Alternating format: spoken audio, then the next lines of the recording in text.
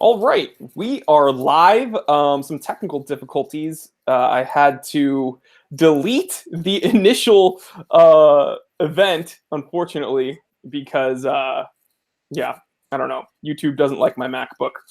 Anyway, guys, I'm Jory Goodman, the time teller. You guys are already here, so you know who I am. But I am here with Federico from Federico Talks Watches, and we have a pretty fun topic today, I think. But Fed, for those of the people in the comments that don't know you, who are you? Well, first of all, Jory, thank you for having me on. My name is Federico from Federico Talks Watches and DelReyWatch.com. I am a watch YouTuber. I'm 10 years in the industry. I'm sure most of you guys know who I am. I just give my loudmouth opinion about watches on YouTube, like it or not. Now, Fed.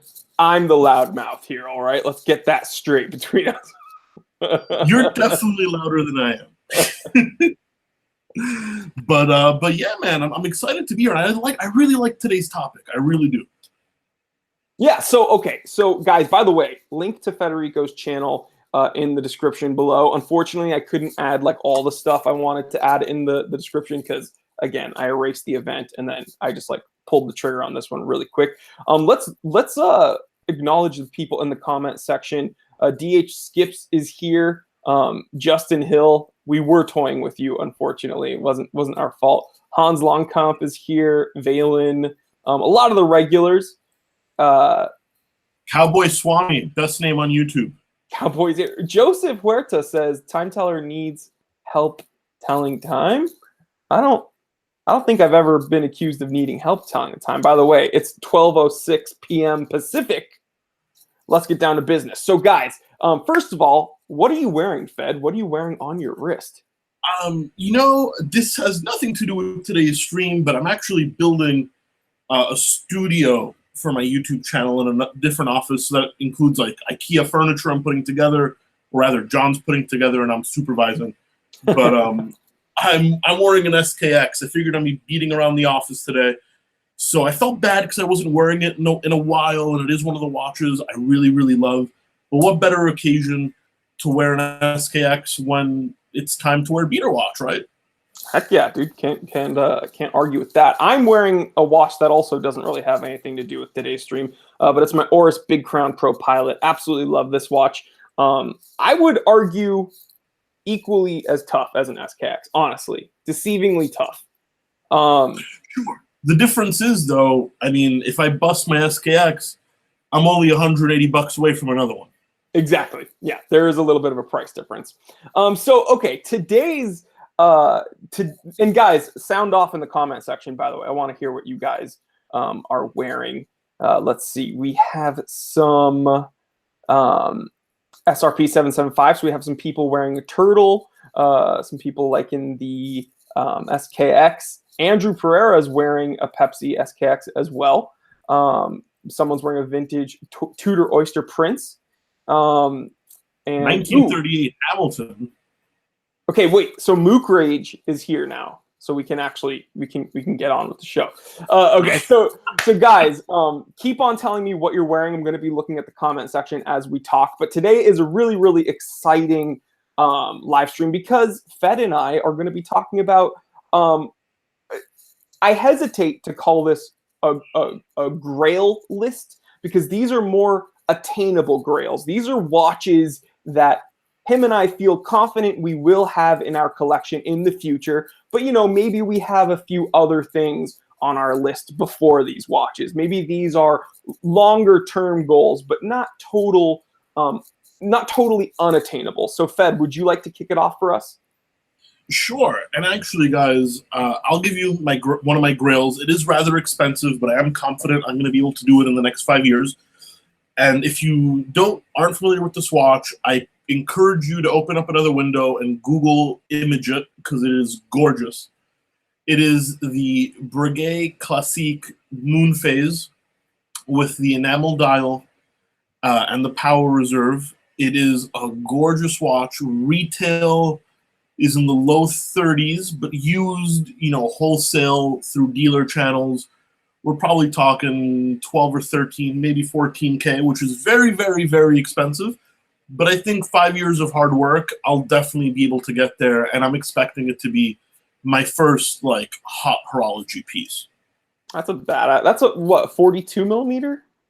It's a 40 millimeter. 40. But what's really special about it is, apart from moon phase, which I love, that the dial is hand painted enamel, and the hands are super Breguet. Like the second hand is double-sided and extremely long. So, and it's very, very thin. The whole thing is very Baroque. It looks like something from the 1800s in a modern size. And there's something about that I really, really find charming.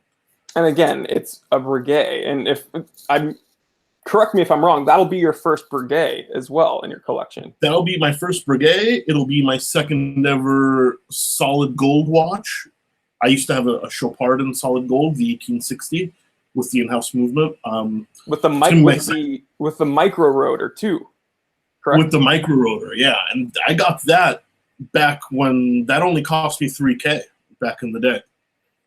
That's a ridiculous watch. I remember really looking into that watch a while ago before I was really here on YouTube at all. I was kind of snooping out Federico's channel, and he had a video mentioning that watch, and I was like, dang, a fairly modern piece with a really clean micro rotor that's not super expensive. Really badass watch, that Chopard. Yeah, my only issue with it, to be honest with you, was at 36, it was on the cusp for me size-wise, but I really would have kept it, but, life expenses. I didn't want to sell it. But, I had an expense come up, and it just wasn't responsible for me to keep it. Right. These things happen, for sure. So that's a badass piece, and I was going to save my next choice for a little bit later on in the list. I've chosen kind of 5 to mention today. Federico can bring up as many as he wants. But because he mentioned the Breguet with the enamel dial, I'm going to go ahead and mention the Aichi 2 from Creator. You guys all know that I lust after this watch. 39 millimeter quintessential dress watch, guys. I'm here to tell you that dress watches do not need to be Swiss. All right, this is one of the cleanest dials, cleanest watches without looking sterile. It's not Bauhausy, but still there's like not a whole lot going on. It's crazy. Federico, help me describe this. What is the word for not a lot going on, but then still incredibly captivating? I don't think there's one word to describe it, but what I would say is attention to detail. It's very, very simple, but what is there has a lot of depth. You know what I mean? Like the printing on the dial is slightly raised, and the enamel has that sheen. Like it is simple, but if you really look at it, it has many dimensions. Yeah, it's an absolutely ridiculous watch. So again, 39 millimeter. I think it's versatile for a lot of different people. Federico knows, he gives me a hard time. I wear smaller watches, and I'm a huge guy, so it's funny. But 39 millimeters, I could definitely pull it off. The only thing that is the issue right now is the price and availability. Creator watches are not, you don't just see them every day, number one. And number two, I believe its MSRP was around $30,000. So this isn't something in the 6 figures, but I think that I could probably do it if I really grind hard for a few years. But so that's on my list, guys. But you know how you should do it, Jordan, is you should save up for it, be responsible, all that good stuff. But then you should go buy it and pick it up in Japan. Yeah, that would be the way to pick up your first Creator, I suppose. I mean, because at that point, you'll get to pick it up in person. Like a trip to Japan, fine, that's another $2,000-3,000, but it makes the whole thing really special. Oh heck yeah! It's the purest way of attaining that watch, I would feel. Absolutely. Actually, so next on my list, and you guys are going to be super surprised because this just got onto my radar 2 days ago. at about 1:30 a.m. while browsing time zone. It's a brand that I haven't really mentioned much. I don't have much love for it, but I was thinking one of my biggest passions is traveling, and I don't have a GMT watch. But I also don't really travel to a lot of normal locations. Like 2 weeks ago, I went to Cuba. Last year, I went to Thailand, Cambodia, and Vietnam. I went to. I mean, I travel a lot, but a lot of it is third world travel. I like to explore, so I don't want it to be expensive. You know, I've owned a Pepsi before. I've owned an Explorer 2 before. I don't want a Rolex. So what can I beat up, won't get me robbed, and is a really good watch? And I was thinking of the Zinn U2, the submarine steel U2 automatic with the GMT movement. They're about $3,000, which for a lot of people is a grail watch, and I certainly can't afford it right now. But I think that's definitely going to be on my list of like future pricier purchases. A Zinn U2 on a bracelet. And it really does check all those boxes. It has the GMT complication. It's a durable enough watch to travel with, and it's not so flashy, so in your face that it's going to get you mugged in some alleyway. Exactly. And it's also not terribly expensive to the point where if I put a big chunk, like a big dent in the bezel, like I'm not going to care. Like I want a luxury beater. I know a lot of people are going to give me crap for that. Like when I mentioned the Breitling Aerospace, but I want to wear a luxury beater watch that, you know, will make me feel good whenever I have it on my wrist, but at the same time is not the end of the world if something happens to it. Right. So it feels special enough to wear on your wrist. You're still it still has some appeal, some panache, but again, you scuff it up a bit, not gonna kill yourself over it. Exactly. So that's where that is. And I don't know, man. I'm kind of loving it. It ticks all those boxes. Yeah, badass watch and totally attainable. Now let's acknowledge some people in the comment section here. Lev says, "What do people find in Grand Seco? I find them boring." Boy, that is a can of worms on this channel. I don't want to get into that right now. That's going to be totally. We could do that in a separate live stream. James Duffy says, people who don't like Bauhaus style watches usually don't understand Bauhaus design. That's a difficult statement to defend, James. I don't like it when people assume why people like or dislike things. For instance, you just compared Bauhaus design to Daniel Wellington. That's being pretty assumptive on your part. Like the last watch I think of when I think Bauhaus is Daniel Wellington. I typically think of Young Hans, like a Max Bill, great watch, totally sterile and unappealing to me. What say you, Fed?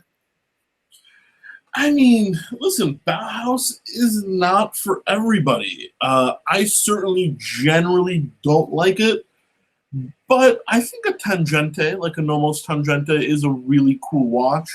Someone gifted it to me. I'd wear it proudly. But it's a little too, I mean, it's stereotypical for me to say. It's a little too Germanic. Well, you know what I mean?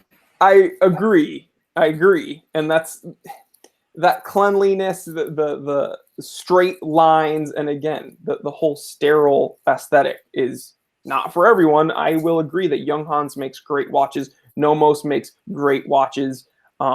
Typically, though, I would not see myself adding one to the collection. However, for my next pick to throw a wrench in my whole spiel right here will be a German watch, a very German watch, a Glasuta, the original Senator Excellence. Beautiful, beautiful, beautiful, beautiful watch, okay? I have made a video talking about like why I'm not super into German watches, right? And guys, it's not because I'm Jewish. Everyone's like, oh, Jordan. I know.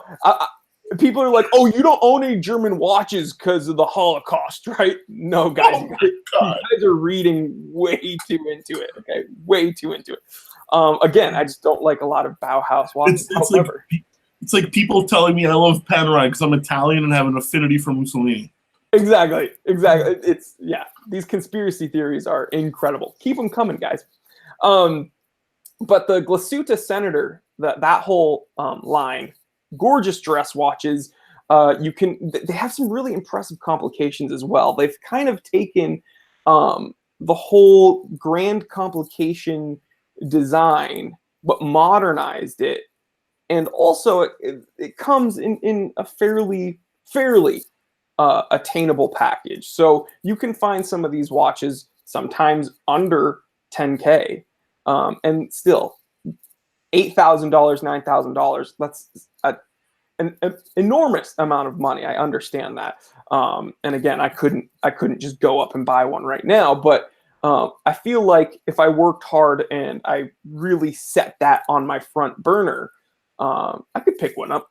I feel like no, but Jory, also, and just like a side note, if you ever want that, I mean, that's a current watch.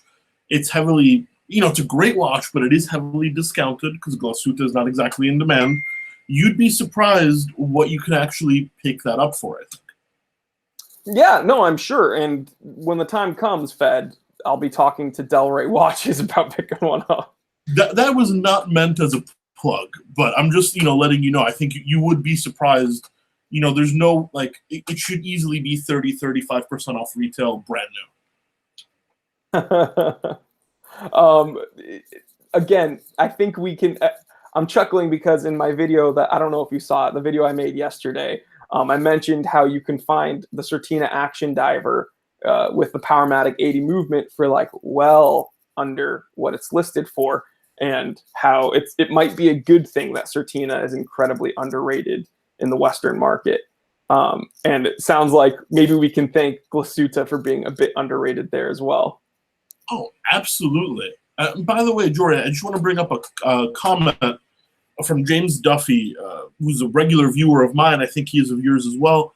He just says, way to take offense saying you guys are more informed than general watch snob. I think he was referring to our Bauhaus rebuttal.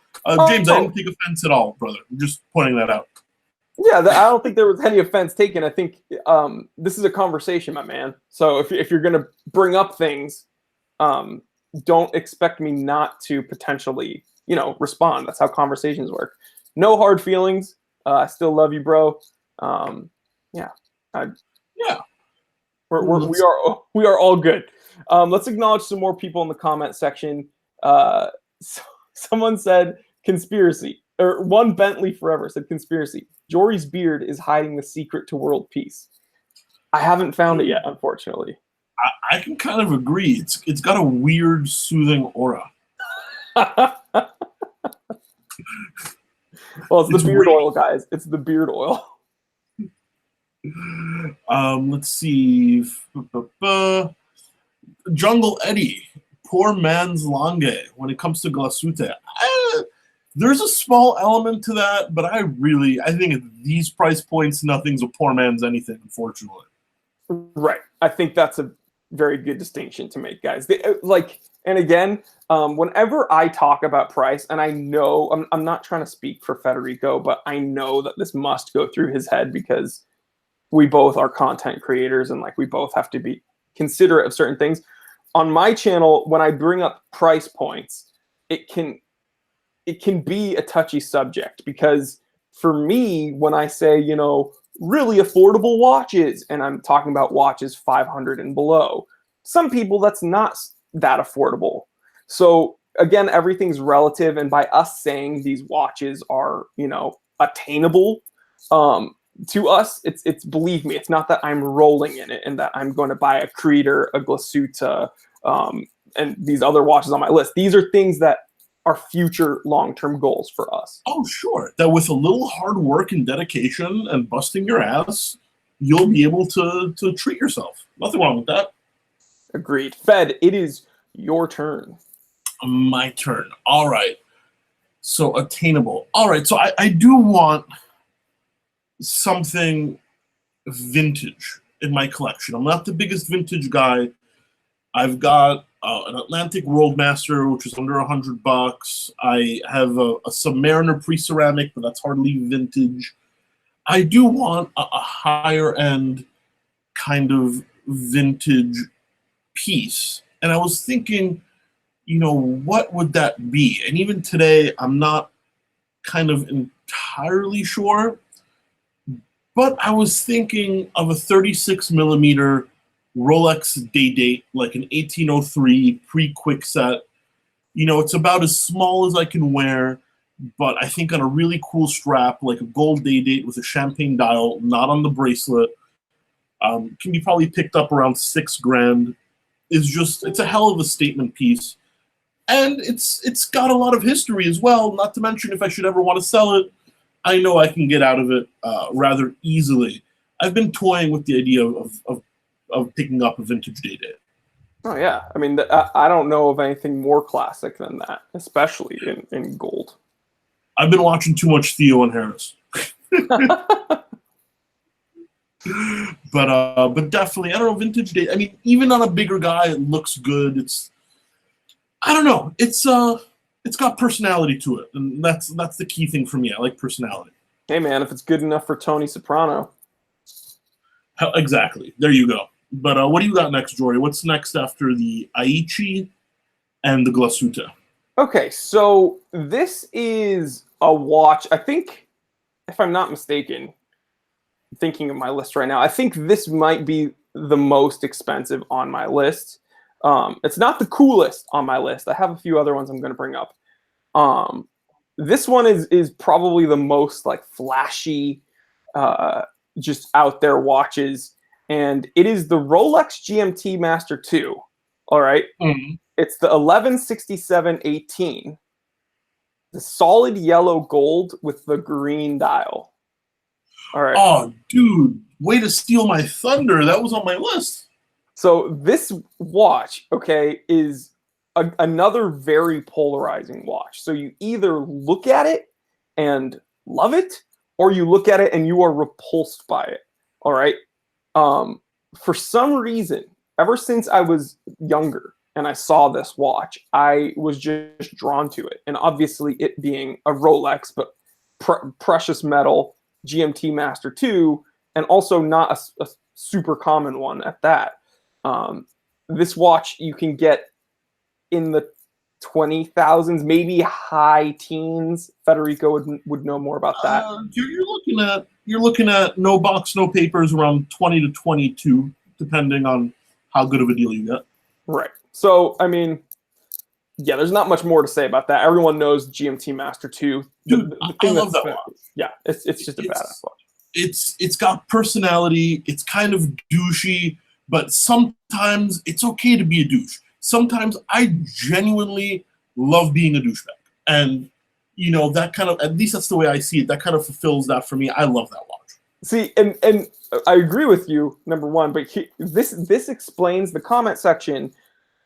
Showcases the duality perfectly. So look at this comment, the last two most recent comments. So BT says, that's way too gaudy for me, LOL. Then Jungle Eddie wrote, I love that GMT, pure class. So it's like, again, you either love it or you hate it. And for some reason, guys, I can't explain it. I love that watch. So no, for sure. And actually, the next one I'm gonna go with is I'm gonna leave my Rolex for last. But the next one is, so I got my vintage watch in there with the Day-Date. I have my Breguet, which is my all-time love. I've got my travel watch with the Zen. But as a watch lover, I would love to own a very high-end independent. You know, a Journe, a Moser, a Voutilainen, a Dufour. However, most of those are out of reach for me. However, there is one brand which I've made a lot of videos about, H. Moser, which is very, very attainable right now. And even though they're not holding value, I do think they will be holding value in the future because it's got all like, it ticks all the boxes for collectors to love. So I love an H. Moser time-only Endeavor watch with a fume dial. That's the smoke dial where the color radiates. right. And maybe the blue radiating dial in rose gold. It's about a $25,000 watch, but to be honest with you, I can pick them up in the very low teens. Does that one have the exposed tourbillon? It comes with a tourbillon, but I want the non-tourbillon. Okay. Because I can't afford it. I mean, I'd love the tourbillon, but we're talking time only, power reserve on the back. H. Moser Finishing. I love that company. I mean, they don't take themselves too seriously. They stand up, for what's right with the whole Swiss made thing. The CEO, who I've met, is genuinely a very nice guy. And I think for me, wanting a very high-end independent, that's probably the best way for me to go if I'm talking like not super long. Like before the age of 45, I can probably make that happen. Yeah, badass piece with a really high attention to detail. And again, Moser is like one of the biggest trolls in the industry. They do not take themselves that seriously. And me being a YouTuber, I appreciate a good troll. Like, I really do. Yeah, we see a lot of it every day. So, okay, my next pick is, I didn't choose a vintage watch on this list because a lot of the vintage pieces that I want are obscure old Rolex reference numbers and stuff that I would kind of put on my grail list, like things that are incredibly, incredibly expensive. This one is still fairly expensive, but it's not nearly the most expensive watch on my list right now. It's the Reverso Rouge 1931. Beautiful watch. Oh, so beautiful. That JLC has like a deep, almost blood red dial, just very classic design, 1931 design.